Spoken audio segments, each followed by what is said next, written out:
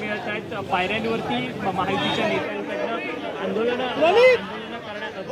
महायुतीच्या नेत्यांकडनं विजयोत्सव जो आहे तो करण्यात आलेला होता आणि छत्रपती शिवाजी महाराज संभाजी महाराजांचा जयघोष जो आहे तो या सर्व आमदारांकडनं करण्यात आला आणि आता या ठिकाणी आता अभिवादन केले जाते। मुख्यमंत्री देवेंद्र फडणवीस, उपमुख्यमंत्री अजित पवार आणि उपमुख्यमंत्री एकनाथ शिंदे या ठिकाणी पोहोचलेत। आशिष शेलार, पाहायला मिळत आहे चंद्रकांत पाटील अशा प्रकारे या ठिकाणी छत्रपतींना अभिवादन केलं जातं आहे आणि एक प्रकारे आनंदोत्सव आता सत्ताधाऱ्यांनी व्यक्त केला। खरं तर नेहमी विरोधक पायऱ्यांवर आंदोलन करताना आपण पाहत असतो, मात्र आज सत्ताधाऱ्यांनी या ठिकाणी आनंदोत्सव साजरा केला। तर हा एक अभिमानाचा निश्चितच सगळ्यांसाठी, सर्व जनतेसाठी क्षण आहे आणि हाच अभिमानाचा क्षण सध्या सत्ताधारी पक्षातले आमदार अशा प्रकारे मिरवताना आपल्याला पाहायला मिळतोय आहे। छत्रपती शिवरायांचं हिंदवी स्वराज्य स्थापन करण्याच्या स्वप्नाला या किल्ल्यांनी मोठा पाठिंबा दिलेला होता। या किल्ल्याने विविध जाती, धर्म, समुदायातल्या लोकांना एकत्र करून एक राज्य निर्माण केलेलं आणि नागरिकांच्या या कल्याणाला छत्रपती शिवरायांनी प्राधान्य दिलेलं होतं आणि अशा या किल्ल्यांचा गौरव होतो आहे। जागतिक वारसाचा दर्जा या किल्ल्यांना मिळतो आहे, त्यामुळे निश्चितच हा संपूर्ण महाराष्ट्रासाठी, महाराष्ट्रातल्या जनतेसाठी एक खूप मोठा असा अभिमानास्पद क्षण आहे आणि हाच अभिमानास्पद जो क्षण आहे तो सध्या आनंदोत्सव या संदर्भातला सगळे हे सत्ताधारी पक्षातले आमदार करताना आपल्याला पाहायला मिळत आहेत।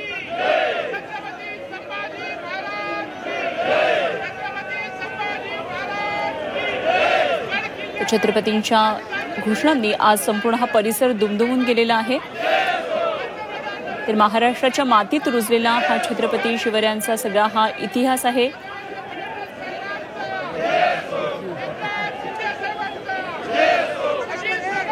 मिठाई भरून आनंद व्यक्त केला जातोय।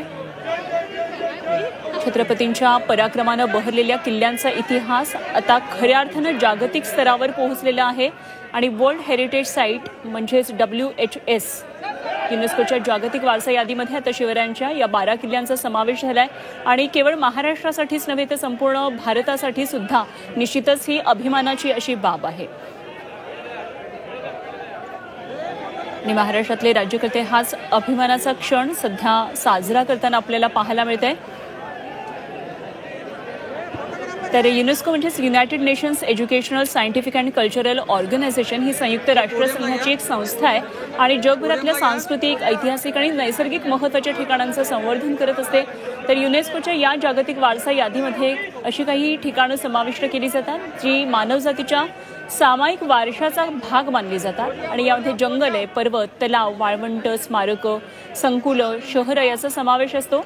तेव्हा अशा या जागतिक वारशाचा एक भाग म्हणजे छत्रपती शिवरायांच्या किल्ल्यांचा आता यामध्ये सहभाग झालेला आहे। खरं तर जगभरामध्ये 157 देशांमध्ये 961 जागतिक वारसा स्थळ आहेत आणि भारतात आतापर्यंत 29 स्थळांना हा दर्जा मिळालेला आहे आणि त्यात आता शिवरायांच्या 12 किल्ल्यांनी या यादीमध्ये स्थान मिळवलेलं आहे आणि त्यामुळे निश्चितच महाराष्ट्रासाठी अत्यंत अभिमानाची अशी ही बाब आहे। तर विधिमंडळाच्या आवारामध्ये आपण पाहतोय सध्या अशा प्रकारे विजयी हा सगळा उत्सव साजरा होतो आहे आणि छत्रपती शिवरायांचा पुतळा या ठिकाणी भेट दिला जातो आहे।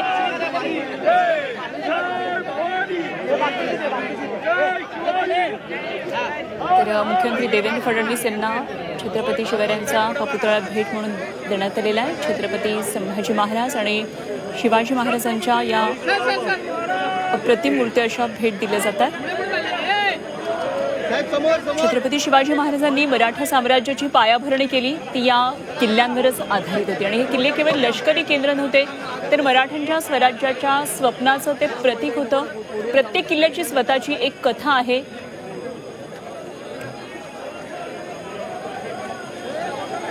तर ज्या घटना, परंपरा, विचार आणि विश्वास यांच्याशी थेट संबंधित असलेली खरं तर ही स्थळं आहेत आणि म्हणूनच शिवरायांचे किल्ले मराठ्यांच्या स्वातंत्र्य लढ्याचे सांस्कृतिक मूल्यांचं प्रतीक आहेत आणि म्हणूनच या किल्ल्यांना जागतिक वारसा स्थळाचा दर्जा मिळाला आहे।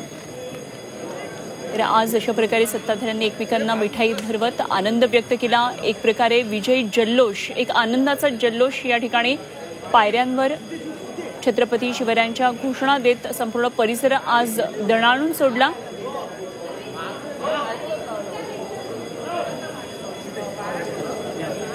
तर आता कामकाजाला काही वेळामध्ये सुरुवात होईल आणि अर्थातच या घटनेची सुद्धा नोंद घेतली जाणार आहे.